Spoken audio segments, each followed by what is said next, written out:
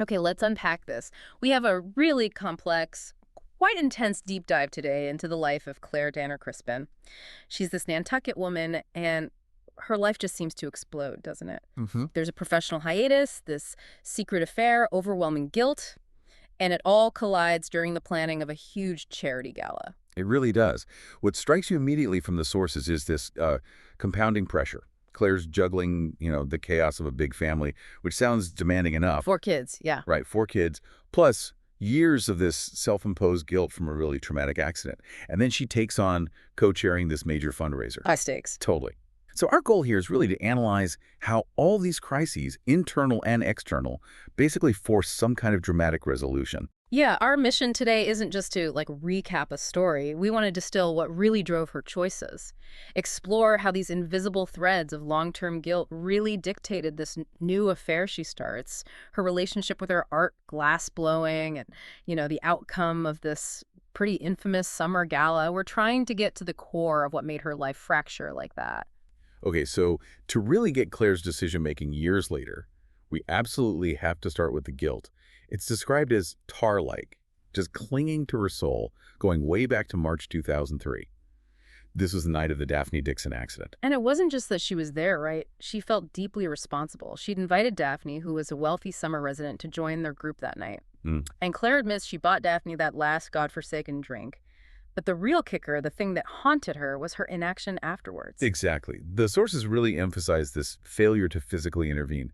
Daphne was clearly smashed, is the word used. But Claire just tried to sort of coax her, talk her into a cab, but she didn't physically stop her from getting in her own car and driving.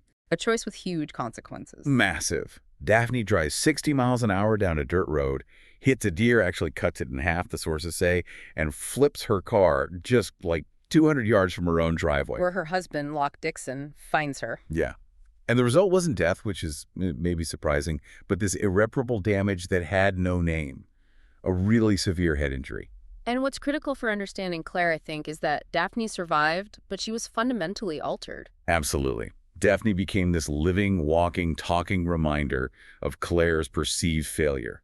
The injury wiped out her social filter completely. She became notoriously brutal, just had complete disregard for the rules of polite society. So the person people used to like was just gone. Gone, replaced by this sharp-tongued, often venomous person. And for Claire, seeing Daphne like this every day, essentially, was her punishment. She saw Daphne's condition as a direct result of her own negligence that night. Wow. Okay, so this crippling guilt becomes part of this pressure cooker she's living in. You mentioned the Crispin family. She called it a mini corporation herself. Yeah, she's managing the triage, that's her word, of 4 kids, JD, Audley, Shay, and Zach, just feeling completely drained by it all. And the home environment, it sounds like it wasn't much of a refuge either. No, not really. Her husband, Jason, is described as resentful. He apparently thinks his college degree was 4 wasted years, except for being near Fenway Park and beer, maybe. Uh-huh. And their intimacy has really suffered. Claire often turns him down, feeling like she's just pawed by 3 kids all day. Mm. She's clearly searching for some kind of outlet, emotional or artistic, that she's just not getting at home. And that artistic outlet, glassblowing, that had its own trauma attached to it, didn't it? It did. Her career basically stalled out after she fell in the hot shop. Mm. She was 32 weeks pregnant, working on a big commission, the Clausen Commission. And the fall led to her youngest, Zach, being born prematurely. Oh, man. And she blamed herself for that, too. Completely. Again, we see her internalizing all the guilt. She blames herself for Zach's difficult start. She even notes her blood type is AB positive, the universal acceptor, and says it feels all too fitting for someone who just takes on everyone else's blame and shame.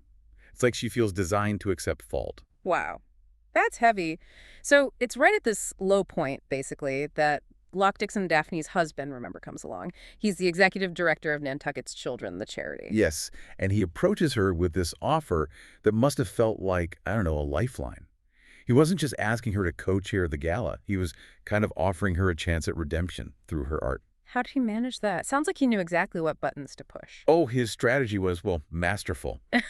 And maybe manipulative, you could argue. First, flattery. He knew her work, mentioned pieces she'd had in glass art, even the Whitney. Okay, so he did his homework. Definitely. Then came the dare. Create this huge, magnificent chandelier for the gala auction. And to make it impossible to refuse, he offered a $50,000 guaranteed starting bid from him and Daphne. From him and Daphne. Wow. Yeah, framing it as her triumphant return to the art world she left behind. And there was another angle too, right? Locke needed her for a specific reason. Absolutely crucial. He needed her connection to Matthew Westfield, her high school sweetheart, who's now the global rock star Max West. This could be a song that Max West. That's the one. And Max agrees to play the gala for free, purely as a personal favor to Claire. So Locke basically leveraged Claire's guilt, her artistic ambition, and her past relationship to snag the biggest celebrity draw on the island. Okay, so Locke's persistence, it sets up the gala, but it also leads somewhere else entirely. It really does. It creates the perfect setting for the affair to start. The relationship began right there in Locke's office, the Elijah Baker house. Claire described it as an electric current, like they fell under some kind of spell. And Locke had his own justification for this. Yeah, he talked about how his own emotional and sexual life had essentially died because of Daphne's behavior after the accident. Yeah. Said she only wanted sex in, quote, spurts and bouts. And for Claire, what was the draw beyond, the electricity? For Claire, it seems it was less about just sex and more about feeling. Unlonely, that's the term used. She found intimacy there, connection. She realized the attraction was just too powerful to resist, even while she was apparently agonizing over how a, quote, good person could do something so bad.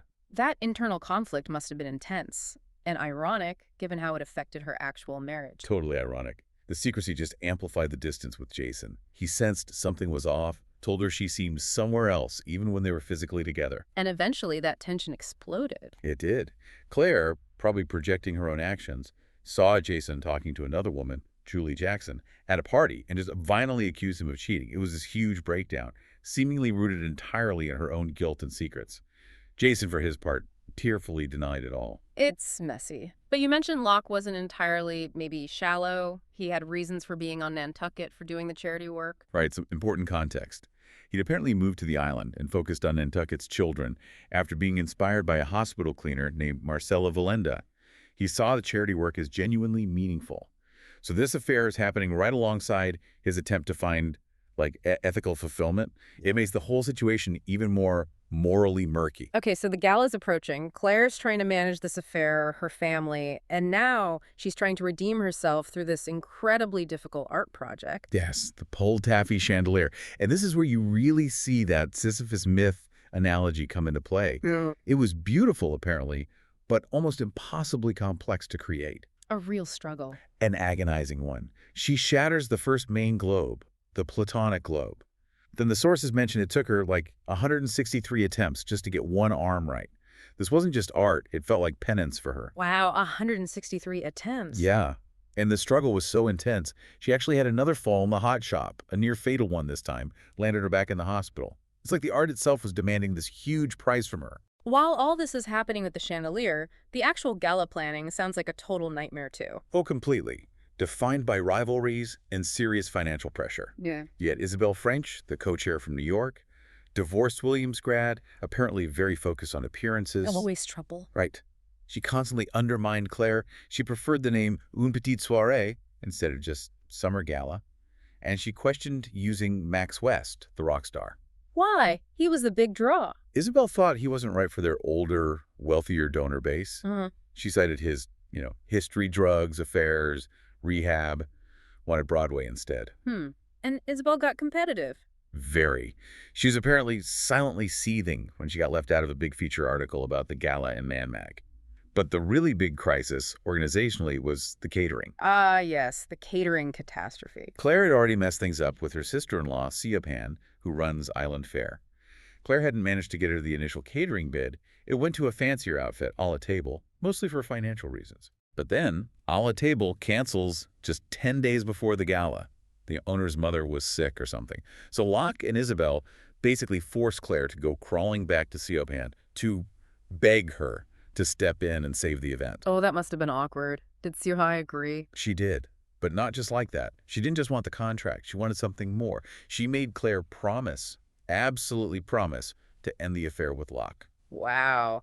So the professional crisis gets completely tangled up with Claire's personal moral failings. Exactly. And then piling on top of all that, the financial stuff, Isabel apparently bullied Claire into taking a gala table herself, a $25,000 table. That she couldn't afford. Not even close. It wiped out her savings.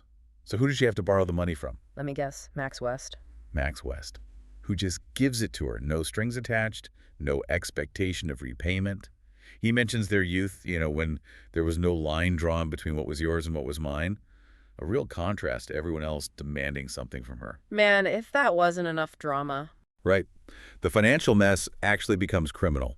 Locke's own assistant, this guy Gavin, turns out to be a two-bit criminal. He'd embezzled almost $50,000 from the charity. For Nantucket's children. Yep, $49,000. And when Locke confronts him, Gavin tries to blackmail Locke, says he'd seen everything regarding the affair, even claimed he'd seen them, making love in the office. Unbelievable. This gala is just cursed. It really feels that way. So the final night arrives, gala night, and it becomes this ultimate moment of confrontation for Claire, with her past, her present, all her choices converging. And Max West arrives. He does. Newly sober, apparently seeing things clearly. And he immediately proposes to Claire. Right there. Offers to take her and all 4 kids on tour with them. He saw her as his innocence, something pure from his past he wanted back. A chance for a completely different life. Did she take it? No, she couldn't. She realized right then that she couldn't actually leave her family. Her commitment to them, however messy and painful it all was still her anchor. Okay, so she chooses her family. But what about the art, the chandelier, the symbol of her supposed comeback? Before the auction could even start, it was found just smashed to bits in the grass outside. Gone. Who did it? Well, it's never explicitly stated. Claire suspected maybe Isabel, out of spite, or perhaps even Siopan, her sister-in-law, who was judging her pretty harshly for the affair, for her sort of moral decline. We don't know for sure, but the physical destruction of her art perfectly mirrors the emotional wreckage of the whole event. So the blackmail threat, did that blow up too? Surprisingly, no. That part actually resolved itself almost neatly. Gavin, the assistant, apparently felt overwhelmed by shame or fear. He fled the island on the very last flight out that night. Just ran. Yeah, but before he left, he dumped a duffel bag with $52,000, the embezzled money, plus maybe a bit extra, into someone named Ben Franklin's car. And by leaving, he basically did everyone a huge favor by keeping the affair secret. Huh. Convenient for Locke and Claire, I guess. So the auction happens, but the centerpiece is destroyed. Right. But Max West steps in again. Not as the hopeful fiancé anymore, but as a true friend, really a savior in this moment. To replace the shattered $50,000 chandelier, he puts together this incredible impromptu auction package on the spot. What was it? London concert tickets to see him perform, first-class airfare, a suite at the Connaught Hotel, and get this, Christmas Eve dinner with him, Elton John, and Paul McCartney. Wow. Okay, that probably covered the loss. You'd think so. Massive save. And then the resolution of the affair itself. It was almost quiet compared to everything else. How did that end? After the concert, Locke found Claire, probably expecting something. But she realized, standing there with him, that her feelings had just become weakened and confused. The intense spell was broken. The source says she realized she actually wanted to run away from him, confirming she could leave Locke with ease. So she didn't choose the passion, the escape. She chose the harder path, staying. Yeah, seems that way. She chose to stay with her family, her complicated life. Okay, so let's sort of pull back here. This deep dive really shows Claire's journey through all this guilt, the betrayal, the artistic struggle. It was ultimately this destructive path back to her core commitments, wouldn't you say? I think so. She returns to her family, she returns to her art eventually, but there's immense collateral damage. Her relationship with Siaman is likely fractured, and Locke's marriage, already fragile, is almost certainly doomed now. And it's interesting how Max West, who kind of represented her innocent past, her youth, he ends up being her biggest supporter, financially, emotionally, offering this unconditional salvation almost. Right. While Locke, who represented this passionate, maybe exciting, but ultimately dishonest kind of freedom, she leaves him with ease once the crisis passes and the intensity fades. If you connect this to the bigger picture, maybe the whole story illustrates how trying to outrun or compensate externally for really deep internal guilt, it just doesn't work. Whether you try using art or charity work or an illicit relationship, it just seems to multiply the chaos. It's like that universal acceptor complex she mentioned about her blood type. She had to absorb every single consequence, face every failure, before she could maybe, finally, shed that heaviest layer of guilt she'd been carrying since Daphne's accident. So here's the final thought, maybe for you listening. Claire ended the affair. She survived the gala disaster. She returned to her family, recommitted to her life there. But after all that public chaos, the emotional fragility she showed, those terrible accusations she threw at Jason, do you think Claire Danner Crispin truly found some kind of happiness? Or did she maybe just choose the quieter, perhaps more manageable form of unhappiness? Something to think about, the real price of self forgiveness after choices like these.